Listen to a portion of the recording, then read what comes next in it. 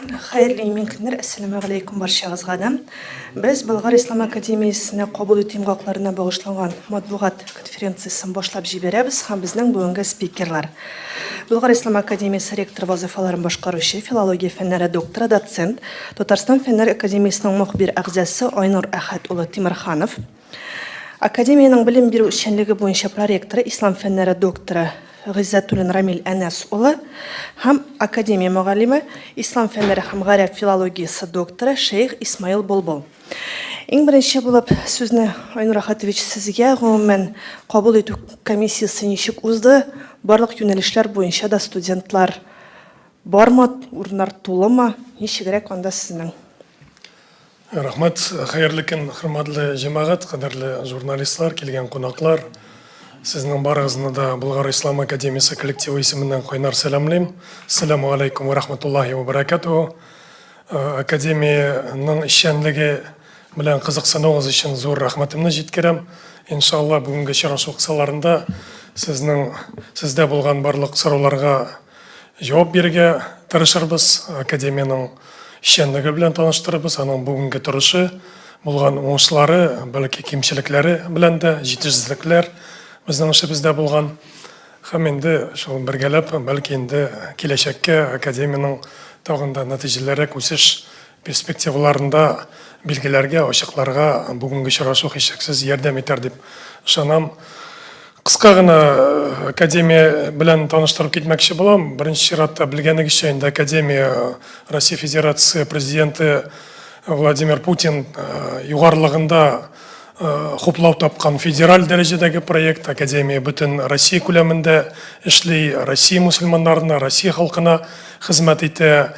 Академияның бүгенге торышы, аның бүгенге үсеше белән без инде әлбәттә Татарстан Республикасының җитәкчелегенә бурычлыбыз, чөнки академияны төзү, аны гамәлгә кертеп җибәрүдә Татарстан Республикасы президенты Рөстәм Нургалиевичның өлеше бик зур булды һәм бүгенге көндә дә без көндәлек эшебездә, көндәлек тормышыбызда, академияның тормышында Татарстан Республикасының җитәкчелегенең хуплавын, куәтләвен тоеп яшибез. Академияны булдыру белән без Россия Федерациясында ислам мәгариф системасының үч буынлы системасын тулысынча булдыруга ирештек. Ягъни бүгенге көндә ислам өлкәсендә белем алу системасы бакалавриат, магистратура һәм докторантура дәрәҗәсендә эшләп килә. Һәм шушы системада инде Болгар Ислам академиясе иң югары баскычны тәшкил итә, чөнки без магистрлар белән бер рәттән ислам фәннәре өлкәсендә докторантларны да әзерләп чыгарабыз. Бүгенге көндә Ислам Болгар академиясында аларның укытучылар штатында 5 чит ил галиме, белгече эшләп килә һәм шуның янына 15ләп без үзебезнең Россия күләмендә төрле төбәкләрдә, төрле вузларда эшләгән алдынгы ислам өлкәсендә булган белгечләрне, галимнәрне җәлеп итәбез. Һәм билгеле академия кысаларында инде берничә ел дәвамында уңышлы гына визит профессор проекты эшләп килә. Аның кысаларында да инде менә соңгы 20-21 елларда без 10ннан артык галимне җәлеп иттек. Булар инде әйткәнемчә үзебезнең галимнәрдә һәм чит ил галимнәрдә һәм якын киләчәктә дә без менә яңа уку елы башланып китү белән тагын 4 зур галимне җәлеп итәргә уйлыйбыз. Ул да булса, аның беренчесе әйтик, элегрәк бездә эшләп киткән Абдуразак Ассади, ул бүгенге көндә Амман Ислам университетының укытучысы булып тора Иорданияда. Ул аны без инде визит профессор статусына җәлеп итәчәкбез, Алла бирсә, менә җәйге абитуриентлар өчен оештырган мәктәптә дә ул катнашып китте. Аннары шуның янына дөнья күләм танылган һәм ислам гакыйдасы, логикасы өлкәсендә зур белгеч Сәйид Фудыны җәлеп итәргә уйлыйбыз. Инде ул язгы айларда безгә презентацион лекция белән безнең докторантлар, магистрантлар алдында чыгыш ясады. Шуның янына Индиядан Прадеш штатындагы ислам мәгариф укыту үзәгенең җитәкчесе һәм Болгар Ислам академиясының диссертация советы әгъзасы Әнүр Әхмәтне җәлеп итәргә уйлыйбыз. Ул безнең октябрь айларында келешек модульный система кысаларында тематик тәфсир буенча айрым бір курс оқытачак. Бу инде коронаведение кысаларында булган курслар ичинде тәкъдим ителәчәк. Шуның янына инде тел белгече, гарап теле белгече Ахмед Мустафа ул шулай җәйге абитуриентлар өчен оештырылган җәйге мәктәптә эшләп китте. Аның өчен без уңышлы дип таптык. Бу турда мин әле әйтеп китәчәкмен. Менә гомуми генә мәгълүмат шулай. Инде кабул итү компаниясына килгәндә, билгеле, без гомумән алганда шактый уңышлы кампания үткәрдек. Аны без инде бу елны магистратура һәм докторантура укырга кергән контингентның сыйфат дәрәҗәсе, билим дәрәҗәсеннән дә чыгып әйтә алабыз. Билгеле, ел башыннан ук без максатчан рәвештә бу эшне оештырып җибәрдек. Май айларында беренче мәртәбә академиядагы беренче тәҗрибә буларак дистанцион форматта ачык ишекләр көне үткәрдек. Һәм инде без максатлы рәвештә үзебезнең учредительләр белән, бигрәк тә менә бу Татарстан диния назараты һәм Уфадагы үзәк диния назараты белән тыгыз элемтәдә торып эшләдек. Ул үзенең нәтиҗәләрен бирде. Аннары һәр даим ислам университетлары Татарстандагы мөхтәсәбәтләр белән тыгыз элемтәдә тордык, гел аралашып тордык.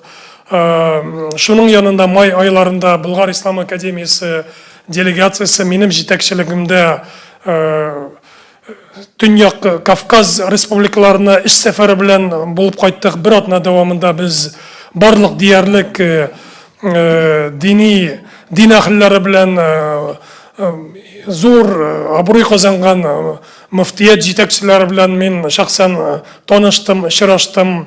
Һәм алар белән академия алдында торган бурычларны уртаклаштым. Академияның уңышлары турында сөйләдем. Шулай ук, әлбәттә, бөтен шушы регионда урнашкан ислам югары уку йорты ректорлары белән очрашып, без үзебезнең булган проблемаларны, алда торган ислам мәгарифи өлкәсендә булган бурычларны сөйләштек.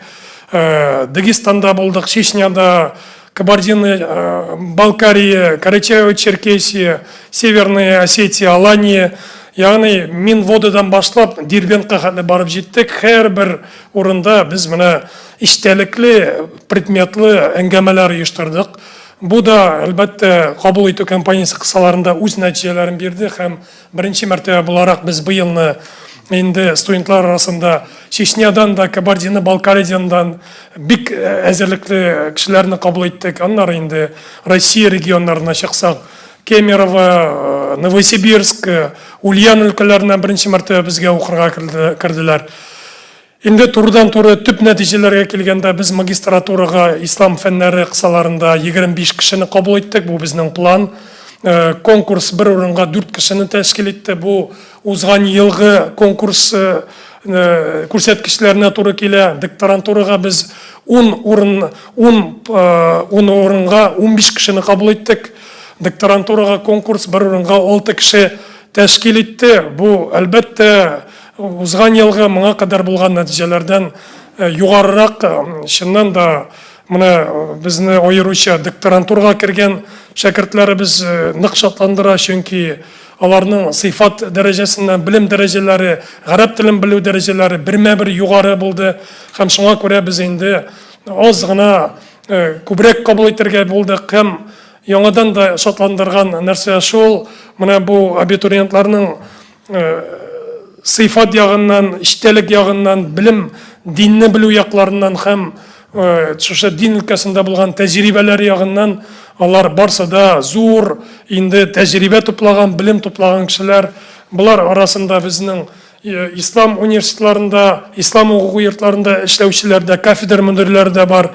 Һәм инде төрле дини оешмаларда эшләп тәҗрибә туплаган кешеләр һәм бигрәк тә зур диния назаратларының, әйтик, мөфти урынбасарлары дәрәҗәсендә укырга керүчеләр дә бар. Әйтик, Дагестан мөфтиятының бүгенге көндә 3 урынбасары бездә докторантурада укыйлар. Беренче курста керделәр, менә 2 урынбасары һәм икенче курста укый Аджималаев, Абдулла Аджималаев.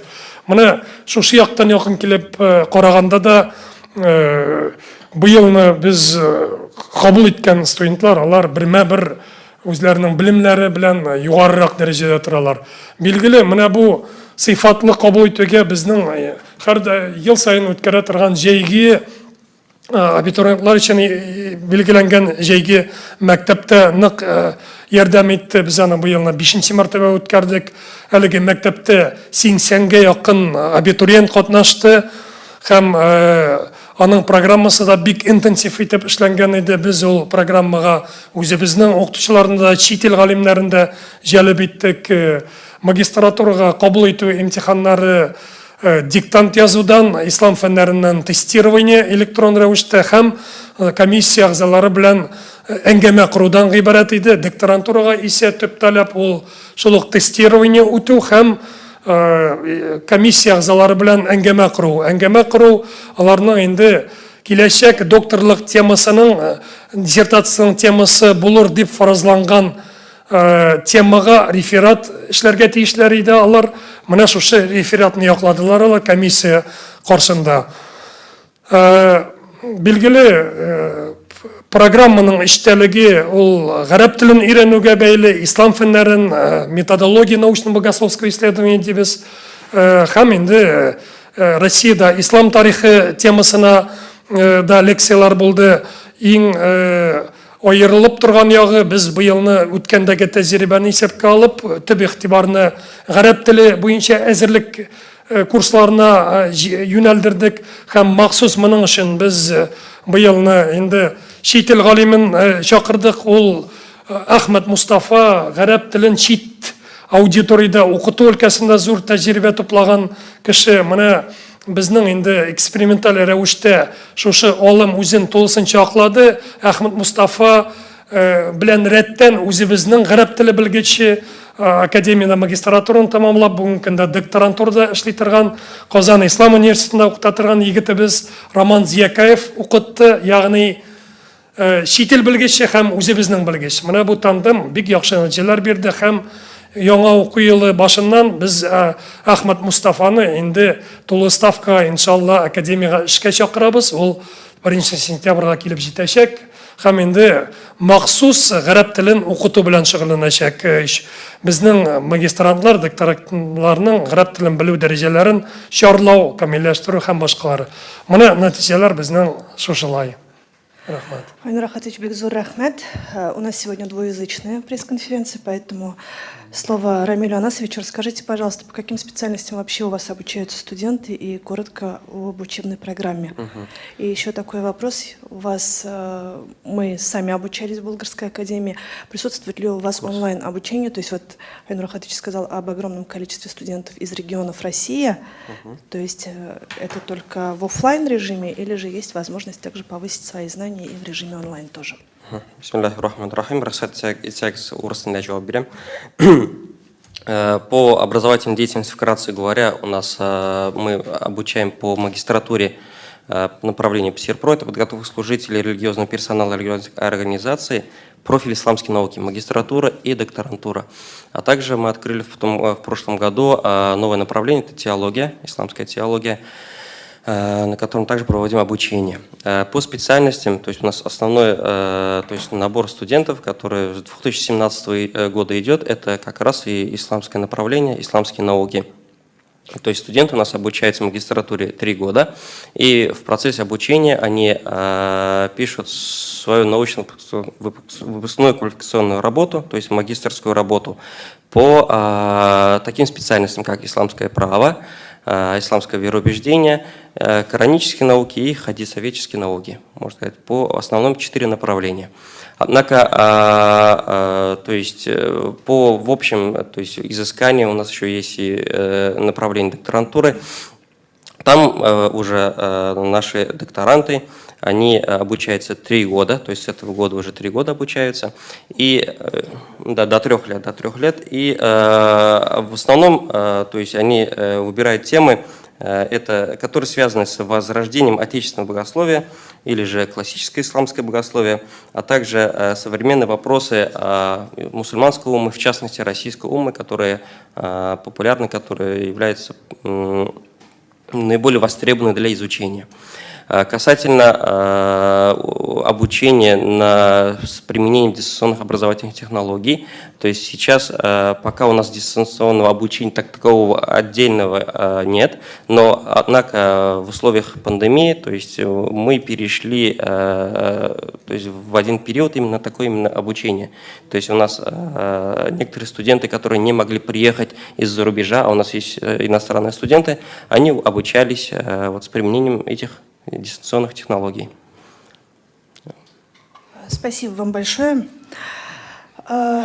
Шейх Исмаил Булбул – это человек, который работает с первого дня открытия Академии, насколько мне известно. Скажите, пожалуйста, как много у вас студентов именно из-за рубежа? И после окончания Булгарской Академии они возвращаются в свои страны или остаются все-таки работать здесь? Вот отслеживаете ли вы какую-то тенденцию, есть ли какая-то статистика? Микрофон. شيخ اسماعيل، بما انكم من اول الاساتذه في الاكاديميه، ممكن تجيبوا على سؤال كم عدد الطلاب الاجانب في الاكاديميه، وبعد ان ينتهوا من الدراسه هل سيرجعون الى بلادهم ام سيعملون ويبقون في روسيا؟ بسم الله الرحمن الرحيم. الحمد لله والصلاة والسلام على رسول الله وبعد. إذا قصدنا بالأجانب هم الذين خارج حدود روسيا، ليسوا من روسيا الكل، طبعا لا يوجد. أما إذا أردنا بالأجانب نقصد يعني من جمهورية أذربيجان، من قرقيزستان، الجمهوريات التي استقلت عن روسيا، فيوجد عندنا 7 طلاب فقط.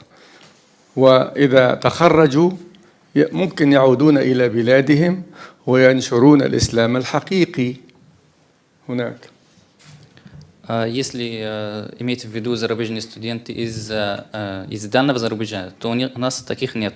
Если вы имеете в виду из стран, как из Азербайджана, из Кыргызстана, из стран, которые недавно отделились от России, то у нас есть 7 студентов. И мы не против, если они после учебы вернутся в свои страны, чтобы преподавать ислам. Да, если позволите, я дополню. Да. Значит, среди первых выпускников, докторантов Болгарской исламской академии были и представители дальнего зарубежья. В частности, у нас был такой докторант, как Мухаммад Аслам из Объединенных Арабских Эмиратов. Это человек пакистанского происхождения. Это муфти Абу-Даби, человек уже известный, ученый, богослов. И вот он получил также образование в стенах Болгарской исламской академии. Безусловно, это и большой плюс и для нас.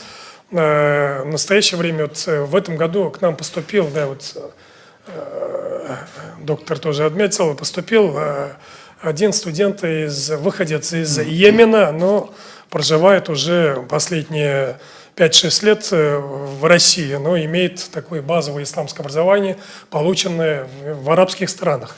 Вместе с тем я хотел подчеркнуть, что перед Академией не стоит задача привлечения как можно большего количества иностранных студентов, особенно из дальнего зарубежья. Как вы знаете, этот критерий является очень важным для светских вузов, то есть процент иностранных студентов, критерий эффективности, да, одним из эффективных показателей деятельности вуза. Однако перед Болгарской исламской академией, безусловно, стоят несколько иные задачи, хотя мы понимаем важность привлечения в определенной степени и такого контингента для обучения в стенах Болгарской исламской академии, особенно из числа стран СНГ. Да, в настоящее время среди студентов имеются представители Кыргызстана, Узбекистана, Казахстана и Таджикистана. Мы понимаем важность подготовки в лице таких деятелей религии, сказать, мягкой силы, так ведь те люди, которые, да, получая исламское образование, основанное на наших традициях ханафитского, шафиитского мазхаба, в дальнейшем, безусловно, обеспечивают развитие этих традиционных ценностей на более, широком международном пространстве, да? Тем самым продвигая и ценности, весьма значимые для мусульманских народов Российской Федерации. Спасибо вам за уточнение. Еще один вопрос. Как вы оцениваете уровень подготовки именно абитуриентов российских, тех, кто обучается сегодня в Болгарской исламской академии, с точки зрения как преподаватель? كيف تقدرون مستوى المتقدمين للدراسة في الأكاديمية من داخل روسيا بما أنكم أستاذ يعمل داخل الأكاديمية؟ الأكاديمية أنشئت منذ عدة سنوات، ونحن نعرف أن كل بداية صعبة. Академия создана только несколько лет назад, и, конечно, мы все знаем, что начинание всегда труднее.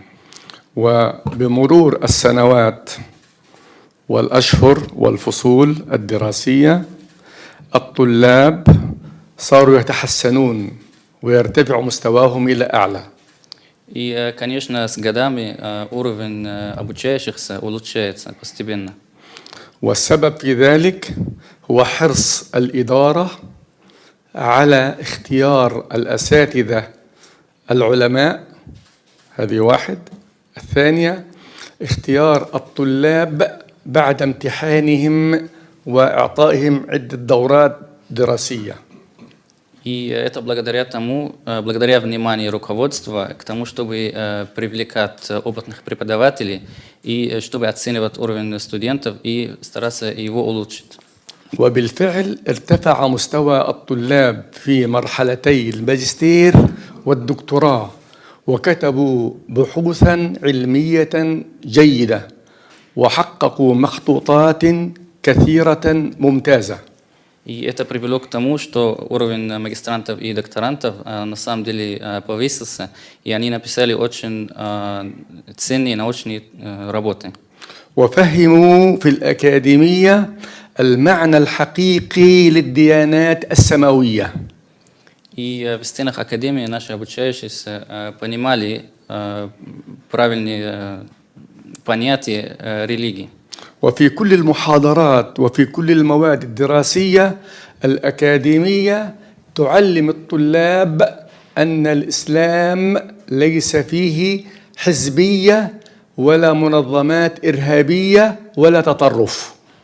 И на всех лекциях, во всех дисциплинах Академия всегда заботится о том, чтобы передать студентам та идея, что ислам не поддерживает терроризм и не поддерживает разделение общества. والطلاب صاروا يفهمون العلاقة الحقيقية بين الإنسان وربه.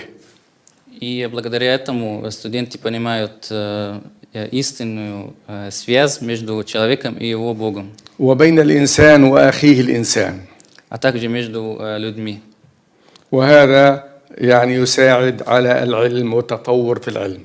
И, конечно, это помогает в улучшении знаний.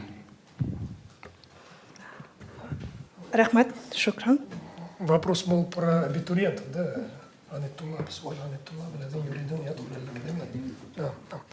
Да, вот два слова тоже хотел дополнить, потому что вопрос на самом деле был про абитуриентов, да, про уровень абитуриентов. Да, действительно, по итогам вот нынешнего приемной кампании мы также отмечаем повышение уровня абитуриентов, которые поступают или хотят поступить в академию. Почему это происходит? Потому что уже за 4 года работы Академии многие, наша потенциальная аудитория, они достаточно четко и ясно представляют уровень преподавания в Академии и набор требований, которые предъявляются к абитуриентам. Это прежде всего высокий уровень владения арабским языком на таком уровне, на котором человек уже с первых дней поступления в Академию должен быть в состоянии понимать, слушать и понимать лекции и занятия на арабском языке. И во-вторых, безусловно, это уровень подготовки в области исламских наук. И, соответственно, вступительные экзамены, они строятся у нас с учетом вот этих высоких требований. И мы отмечаем, что с каждым годом и качественный состав поступающих, и уровень знаний абитуриентов, оно повышается. Вместе с тем мы видим и определенные проблемы в целом в системе исламского образования в России и обсуждаем эти вопросы на уровне Совета по исламскому образованию, потому что видим слабую языковую подготовку на уровне бакалавриата, магистратуры, слабую подготовку в плане методологии научно-богословских исследований, ну и ряд других моментов. Спасибо большое, уважаемые коллеги. Переходим к вашим вопросам. Сұрауларыңыз болса, рахмет. Мухаммад Рахимов, Бизнес онлайн. Шундай сұрау бар. Бұнда Bizim учредитель арасында бик киеренке мөнәсәбәтләр, мәсәлән, Думаров белән Думерте, алар гел бер-берсенә ниндидер теге ниләр каршылыклы әйберләр нитәләр, мөнәсәбәтләре шундыйрак. Менә бу сездә учредительләрнең составыннан, мәсәлән, Думаровны чыгару кебек планнар юкмы, һәм анда бер заман иткәннәре Төньяк Кавказны да кертү дип инде шул. Нигә бу мәсьәлә ничек тора икән? Рахмат сұрауыңыз үшін. Мына белгілі, бұл дин мәселелерінде де аларны саясатқа қатнаштырып қарау енді ол бек кең түс алған Россияда, ғұмумән башқа елдерде де. Ләкин біз ол шошы Бұлғар Ислам Академиясында ислам мәғарифін өстіру қысаларында ол саясатқа кірмейбіз. Біздің учредитель арасында чыннан да мына Думаров, Думарте һәм Здум Россия бар. Біздің һәрбір ғылми советның һәрбір отырышында аларның вәкилләре катнаша һәм бу безнең уставка килгәндә безнең норматив документлар кысаларында катгый шарт ул үтәлергә тиеш һәм ул бер сүзсез үтәлеп килә. Biz үзебезнең көндәлек тормышта эшчәнлектә булган проблемаларны, карарларны алар белән килештереп эшлибез. Менә хәзер бүгенге көндә магистратура дәрәҗәсендә программаларга, докторантурага 3 елга хәтле укыту программасын озынайтабыз дибез. Менә бу бик мөһим, катлаулы мәсьәләләр. Бу мәсьәләләр барса да учредительләр белән уртага салып, сөйләшеп, килештерелеп эшләнә. Учредительләр безгә үзләренең ниндидер сораулары белән мөрәҗәгать итәләр. Менә бүгенге көндә без инде аерым аларның хезмәтләренә рецензияларда, эксперт рецензиялары әзерлибез. Аннары бергәләп без фәнни чаралар үткәрәбез. Безнең менә сентябрь аенда теология, ислам теологиясына бәйле зур халыкара конференция булачак. Традицион рәвештә елда үтә торган октябрь аенда безнең зур форум булачак, бер атналык. Аларның барсында да сәламләү дәрәҗәсендә докладлар белән аларның вәкилләре катнаша. Монда бернинди киеренкелек, бернинди проблема юк. Моннан тыш әйтәсем килә, менә магистрларның чыгарылыш имтиханнар кабул итү комиссиясы безнең устав нигезендә учредительләрнең бер вәкиле анда председатель булып торга тиеш. Быелны без Рушан хәзрәт Аббасов белән бик иркен рәвештә аңлашып эш иттек. Ул аннан соң интервьюлар бирде төрле дәрәҗәдә. Аннан тышта безнең бу комиссияда академияда эшләмәгән, читтән булган вәкилләр дә, галимнәр дә катнашты. Гомумән без аңлашып эшләдек һәм алай гына да түгел, быелны без шушы аңлашып эшләүнең уңай нәтиҗәләрен дә күрәбез. Магистратларның үзләренең чыгарылыш коррекцион эшләрен яклау дәрәҗәсе иштәлек ягыннан да, оформление ягыннан да, телне белү ягыннан да, тел аша презентация ясау ягыннан да бермә-бер югарырак баскычка күтәрелдек дип әйтәсем килә. Һәм алай гына да түгел, шушы яклауга әзерлек кысаларында алар төрле дәрәҗәдә, төрле журналларда мәкаләләр бастырды. Ул яктан да безгә алга китешебез бар, әлхәмдүлилләh. Бернинди киеренкелек юк. Думаровны Болгар Ислам Академиясының учредительләр составыннан чыгару турында сүз булганы юк. Ул турыда без бернинди сүз дә алып бармыйбыз. Инде Кавказ республикаларының академия эшчәнлегендә учредитель буларак катнашымы, башка сыйфатта катнашымы билгеле. Менә әйтеп киткәнчә, эш сәфәре кысаларында ул мәсьәлә теге яки бу шәкелдә күтәрелде. Без бүгенге көндә дә Дагестан вәкилләре, Чечня вәкилләре белән һәр даим тыгыз элемтәдә торабыз. Алар безнең академия эшчәнлегендә турыдан-туры катнашып киләләр. Мәсәлән, безнең элекеге докторантыбыз, инде яклап, уңышлы яклап чыккан докторантыбыз Дагестанда, ул Ислам университетында эшли, Магомед Магомедовны һәр даим без укытырга, гарәп телен укытырга чакырабыз. Безнең Дагестаннан вәкилләр диссертация советы эшчәнлегендә катнашалар. Һәм инде менә хәзер 1 сентябрьдә безнең билим көненә бәйләп һәм 1 яңа студентларыбызга студент билетлары тапшыру кысаларында без Дагестан муфтиятыннан да, Дагестан министрлыгыннан да вәкилләр чакырачакбыз. Ягъни менә төрле сыйфатта без алар белән эш итәбез һәм мондый эш итүгә без тулысынча ачык, рецензент буларак, оппонент буларак бу гадәти эш безнең бара. Шуңа бернинди кийинкелек юк. Ул мөнәсәбәтләр менә шушы шәхси дәрәҗәдә, профессиональ дәрәҗәдә көннән-көн ныгая гына бара. Аңлашу бар, альхамдулилlah. Сез теге менә бу ИО вакытлыча вазифа башкаручы исеменнән кайчан котыласыз? Ну, Бу кемнән тора бу? Минем ИО буларак вазифамны башкару һәм ИО алынгач та мин үзем шәхсән бернинди дә аерма сизмим. Миңа шушы гаять дәрәҗәдә катлаулы җаваплы бурычны ышанып тапшырганнар икән, мин инде бар көчемне, бар белемемне шушы академияда торган бурычларны мөмкин кадәр сыйфатлы итеп башкарырга омтылам. Альхамдулилlah, бүгенге көндә академияда менә шушы бурычларны сыйфатлы итеп башкару өчен без инде шактый профессиональ дәрәҗәдә команда туплауга ирештек. Менә күреп торганча чит илләрдән галимнәрне җәлеп итәбез, үзебезнең галимнәр белән берлектә эшлибез. Казан федераль университеты белән без магистрлык дәрәҗәсендә теология программасын гамәлгә ашыруда тыгыз элемтәдә аңлашып эш итәбез. Инде менә соңгы вакытта мин Россия Фәннәр академиясының Востоковедение институты җитәкчелеге белән дә очраштым. Алар белән аңлашу бар. Якын киләчәктә менә бу академик учреждениендә, зур тәҗрибә туплаган учреждениендә без үзебезнең алда торган бурычларны эшләүгә җәлеп итәчәкбез. Алар да әзер диссертация советы кысаларында, докторлык, магистрлык диссертацияларына фәнни җитәкчелек итү кысаларында һәм башка фәнни проектлар кысаларында. Шуңа күрә ул ИО кушымтасы инде ул ярты елда, бер елда, берничә елда булырга мөмкин. Ул мине һич кенә дә берничек тә борчымый. Иншалла, үз вакыты белән якын киләчәктә бәлки инде минем безнең коллегаларым белән берлектә шушы ярты елдан артык башкарылган хезмәтләребезгә бәя биреп, бәлки инде ул мәсьәләгә дә ачыклык керер. Әйткәнемчә, бу безнең эшебезгә берничек тә комачау итмәй. Рәхмәт, хөрмәтле коллегалар, тагын сораулар. Татаринформ. Хәерле көн, Татаринформ, Гөлсә Ибраһимова. Тагын бер кат атап үтмәс микән, беренче тапкыр кайсы төбәкләрдән быел сезгә укырга киләләр?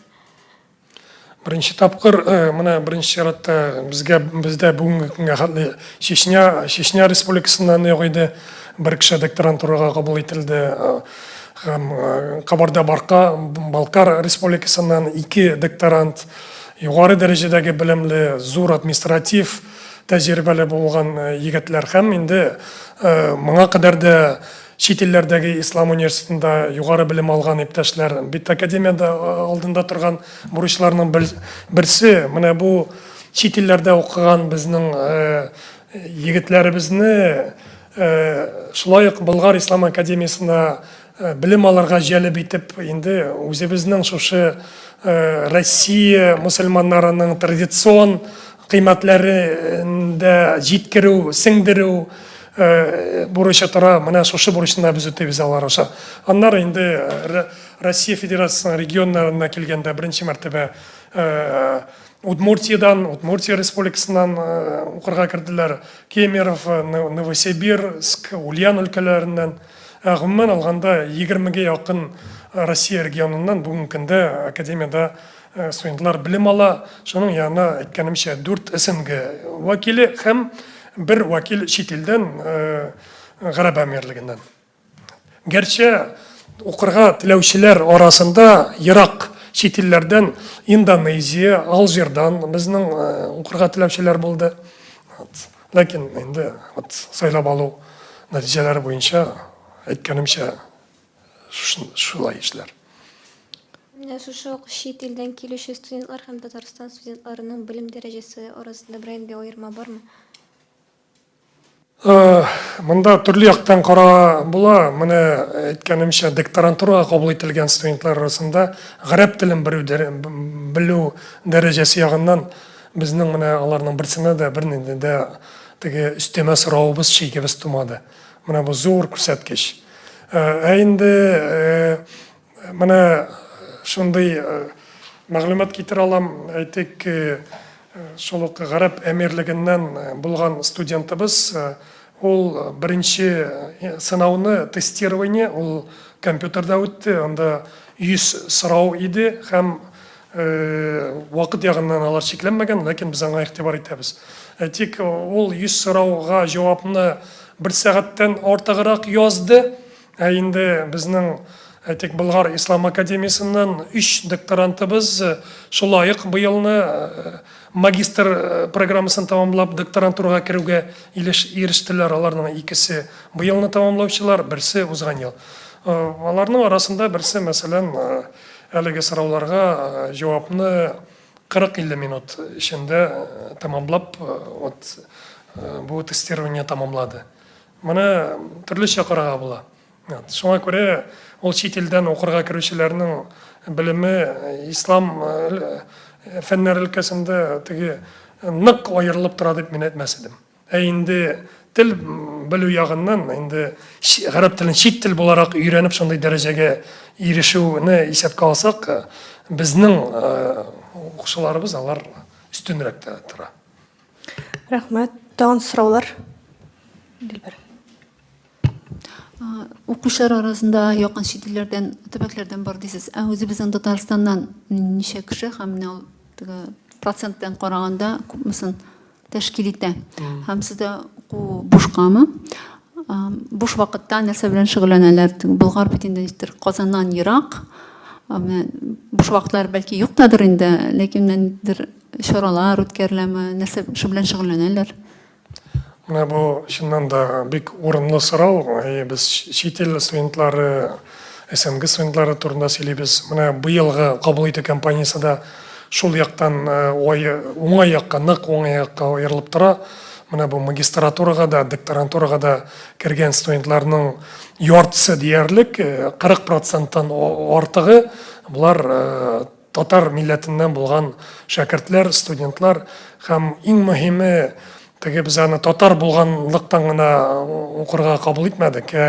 Аларның шулай ук белем дәрәҗәсе, телне белү дәрәҗәсе бермә-бер башка еллардан аерылып тора. Инде башка елларда без татарлар арасыннан студентларны күпләп кабул итеп, аларның бер өлеше төрле этапларда инде теге чып кала торган булса, менә быелны аерма ул күзгә бәрелеп тора. Иншалла инде аның нәтиҗәләре дә менә бу татарлар арасыннан шушы укуларын тамамлап Татарстаннан читтә булган регионнарда мөселман өммәтенә хезмәт итү юнәлешендә зур яхшы бер этәргеч һәм зур бер уңай өлеш булыр дип исәплим мин. Инде аларның укуларына килгәндә Болгар Ислам Академиясында барлык студентларга да тулы социаль пакет тәкъдим итә, ягъни уку, яшәү, ашау һәм академияның барлык матди техник базасынан файдалану тулысынча бушлай. Шуның өстенә без 10 мең сумга кадәр стипендия да түлибез студентларның уңыш укуларында булган уңышларына карап. Инде укудан тыш вакытларын ничек сарыф итә дигән сорауга мин нәрсә әйтә алам да, беренчедән чыннан да уку программасы бик киеренке. Шуңа күрә дә без Болгар Ислам Академиясы кысаларында аларга тулысынча идеаль шартлар тудырдык, бары тик үзләрен тулысынча укуга гына багышлау өчен. Шуңа өстәп безнең район җитәкчелеге белән үзара килешү нигезендә алар районда урнашкан спорт мөмкинлекләреннән файдаланалар. Академияларга машина бирә, көндәлек режимда дигәндә кич белән академия машинасы аларны Болгарның үзәгенә алып барып, алар бассейнда yüзә алалар, башка спорт түгәрәкләрендә йөреп катнаша алалар һәм инде менә Сабан туйлары үтте, башка район күләмендә үтә торган төрле шундый чараларда безнең академия студентлары алар аерым-аерым төркем булып катнашалар һәм зур уңышларга, җиңүләргә ирешәләр. Белгәнегезчә, академия студентлары арасында Кавказ республикаларыннан бик күпләр, алар барсы да спортка бик бирелгәннәр, спорт ягыннан, сәламәт яшәү ягыннан бик теге зур игътибар итеп, үзләре зур кызыксыну белдереп яшәләр һәм академияның үзендә дә безнең спорт залы бар. Без аны елдан ел яңарак нелер снарядлар алып җиһазландырабыз һәм якын киләчәктә дә әле футбол уйнау өчен безнең мөмкинлегебез бар. Менә ул мөмкинлекләрне тагын да арттырачакбыз, киңәйтәчәкбез. Рәхмәт, тагын сораулар.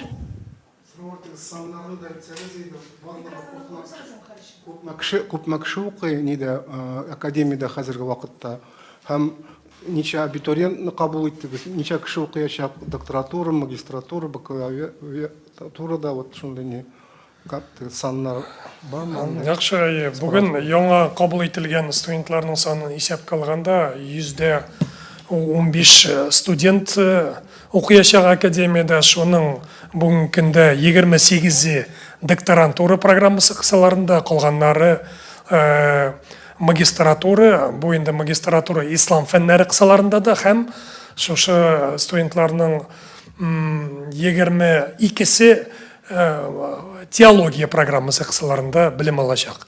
Теология буенча инде берникадәр кайберләрегез беләдер, 20-нче елда без беренче мәртәбә магистратура дәрәҗәсендә 10 кешене, 10 студент кабул иттек. Быел шуларга яңадан 12 студент өстәлде.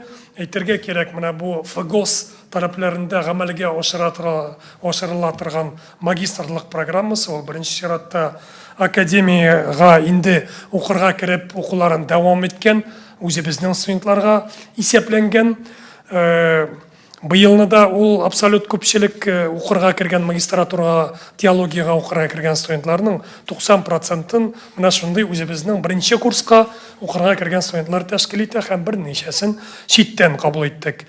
Бу ни өчен шулай эшләнә? Без билгеле үзебезнең студентларга ислам фәннәре өлкәсендә фундаменталь илаһият кәбәйле белем бирү белән берлектән аларны социализация кысаларында дип әйтгәндә өстәмә теге инструментлар белән коралландыру өчен менә шушы ФГОС тарафларына туры китереп гамәлгә ашырылган теология буенча да белем бирәбез һәм алар укуларын тәмамлап чыкканда академиядан бер яктан ислам академиясының дипломын алып чыгалар, бу инде дини белемне раслый торган дәүләти булмаган диплом дип әйтик, һәм икенче яктан инде дәүләт тарафыннан танылган теология буенча диплом алып чыгаралар. Һәм әлбәттә мондый алым аларның киләчәктә эшкә урнашу һәм алга таба карьер баскычы буенча үсү мөмкинлекләрен бермә-бер арттыра. Гәрчә эшкә урнашу буенча безнең